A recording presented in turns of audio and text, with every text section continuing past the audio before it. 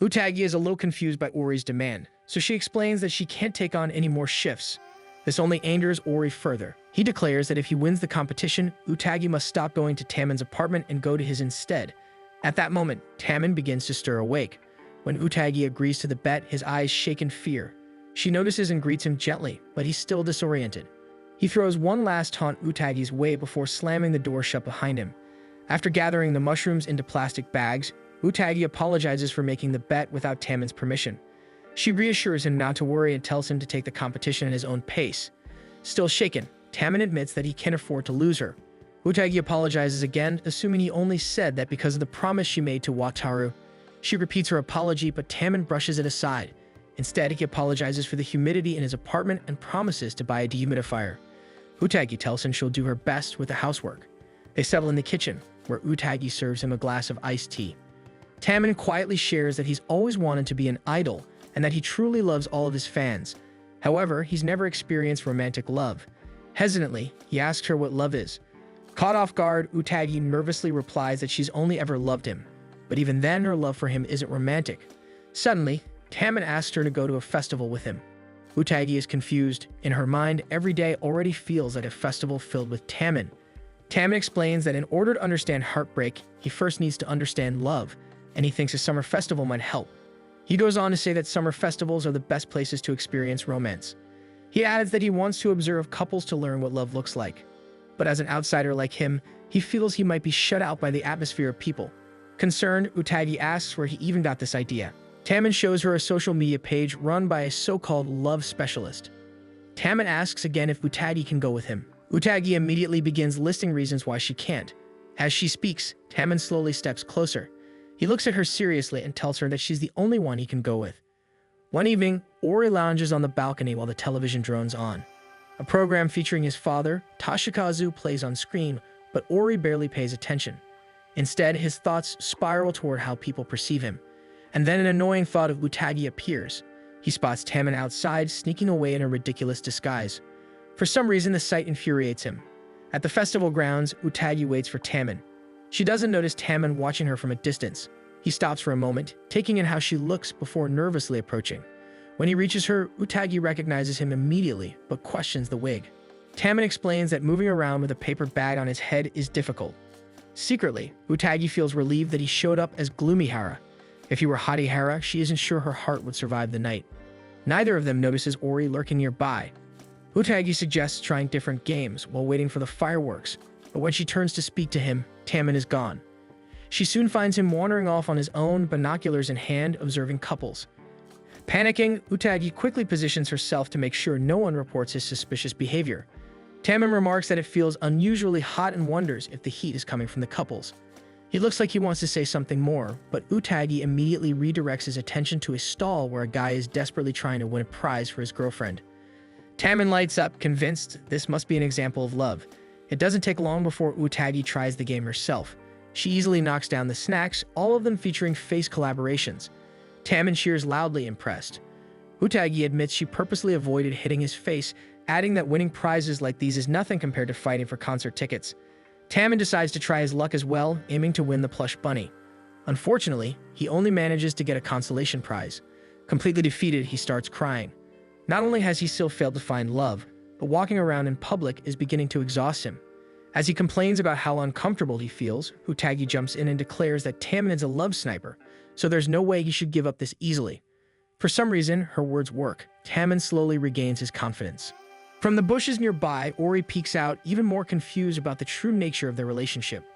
Utagi then points out a couple in front of them feeding each other octopus balls. Intrigued, they decide to buy some for themselves. As Taman looks at the food, he wonders if octopus balls might be love. Holding one of the balls, he suddenly offers to feed Utagi, unknowingly slipping straight into Hatihara mode.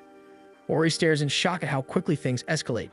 Utagi, meanwhile, faints on the spot, causing even more confusion for Ori. After Utagi recovers, they continue walking around the festival together. Unfortunately, Taman stays in Hatihara mode, overwhelming Utagi to the point where she feels like she's living inside a dream. Eventually, he finally switches back to Gloomyhara. Utagi apologizes for fangirling too hard, but Taman insists it's his fault. He excuses himself, saying he'll go buy drinks for them. Left alone, Utagi feels a wave of guilt wash over her. She worries that she ruined the festival. As she sits there, she starts questioning love itself, realizing she doesn't truly understand it either. Hidden nearby, Ori continues watching, still unable to make sense of their relationship. Putting on a mask, he approaches her while pretending to be a stranger. When Utagi looks up at him, Ori unexpectedly feels his heart flutter. At the same time, Tamon makes his way back, regret weighing on him for not being able to say what was really on his mind. Unaware of the masked stranger's true identity, Utagi gently explains that Tamon isn't her boyfriend. She turns Ori down kindly. Suddenly, Ori feels confused. Without thinking, he quietly tells her that she looks good in her outfit. Seeing the softer side of her leaves, Ori feeling strangely unsettled. Suddenly, Tamon appears, telling him not to talk to Utagi because she is his girlfriend. Without waiting for a response, he grabs Utagi's hand and drags her away. After they put some distance between them, Utagi tries to calm Tamon down. She even lightly scolds him, pointing out that his face is clearly visible now. Instead of addressing her concern, Tamon blurts out that he feels the same way, that he also thinks she looks cute in her outfit. Utagi lets out a shocked sound. Tamon immediately takes it the wrong way and begins apologizing frantically, convinced he said something creepy. She tries to explain that she's actually happy, but he refuses to listen. Sometime later, Tamon goes back to wearing his disguise. Now fully aware of his earlier behavior, he sinks even deeper into self-loathing. Utagi grows increasingly worried and decides she can't let things continue like this. So she decides to try to cheer him up. Tamon admits that he doesn't even know if love truly exists. He's never been good at going out with people, and trying to imitate others only makes him more uncomfortable. Utagi recalls how he once mentioned envying a normal life. Instead of trying to copy what other people do, she suggests that Tamon treat today as a proper day off. She tells him that they should enjoy the festival as friends, rather than obsessing over his search for love. The idea of being friends with her immediately brings Tamon to tears. He admits that the only friend he's ever had was a stain on his wall. Realizing he's been rushing himself, he compares his situation to a caterpillar trying to fly. That metaphor instantly triggers Utagi, who eerily corrects him and insists he should call himself a fallen angel instead. After agreeing with her dramatic revision, they continue enjoying the festival together. Eventually, Tamon shyly asks if he can change the honorific he uses for her name. Utagi feels a little awkward about the request. She explains that her friends usually call her Utagi, but since Tamon is older, he can just call her by her last name without any honorifics. Tamon feels that he doesn't deserve the honor of using her name at all, going so far as to suggest that she should call him Garbage Hara. Utagi immediately refuses and instead asks if she can add an upperclassman title to his name. When she calls out to him, Tamon freezes for a moment, then decides to try calling her by her name in return. Watching him fumble, Utagi gently tells him that he can call her whatever he wants. After all, when he turns into Harihara, he calls her Utagi without any trouble. Utagi then invites him to join the festival dance. Soon they find themselves moving along with everyone else. They wander through the stalls, sampling whatever catches their interest. They stop to drink the soda Tamon bought earlier. As Utagi watches him, she quietly cherishes the moment. Seeing Tamon smile so freely, Utagi wonders if this is what he would be like if he were just a regular student. Meanwhile, Ori decides to call it a night and heads home. Utagi soon returns to Tamon's side, holding out a popsicle for him. He notices that it's already starting to melt and immediately leans in to take a bite. The sudden closeness makes Utagi's heart skip. Utagi suggests they move somewhere quieter to watch the fireworks. She leads him to a deserted playground, and after checking their surroundings, they decide it's safe for him to remove the wig. They spread out a picnic mat and sit down, casually talking about the past as they wait. Their conversation drifts to his pink hair. Tamon admits that he dyed it to give himself confidence and as a reminder that whenever he stands in front of people, he's an idol. Utagi fondly recalls the first time he appeared with pink hair at a talent show, and how every girl instantly fell in love with him. Before long, pink itself became synonymous with love. Tamon adds that since his fans associate him with love, he feels pressure to live up to it. Utagi counters that he's working hard and people love him for that, not just his hair.